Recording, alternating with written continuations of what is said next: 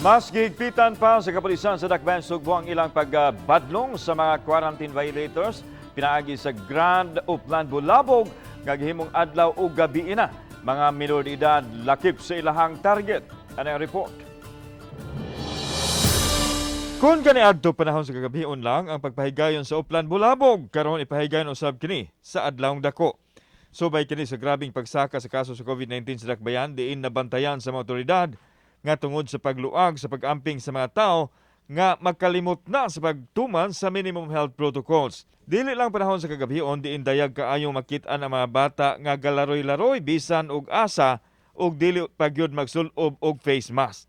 Ang kadto mga bata nga ma-rescue sa mga otoridad ang mga ginikanan usab ang papanubagon.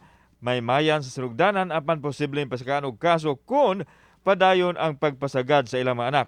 Sa mga ginikanan ani nga mga minors nga atoaon niya nga mapatawag ani nga atong Grand Upland Bulabog so that they will feel responsible and obligated na sa pag-perform sa ilang duties towards sa ilahang mga anak.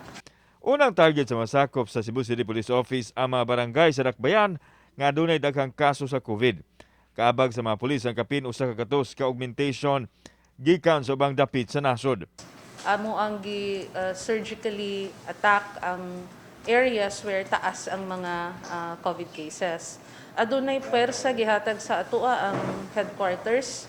Kani sila ipang-apod-apod sa mga police stations where again katong taas og kaso and also sa lawak sa iyahang jurisdiction. Gawas sa protocol implementation, sub-sub usab ang ilang pagpahigayon sa COMELEC checkpoints nunod sa pagsugod na sa eleksyon period.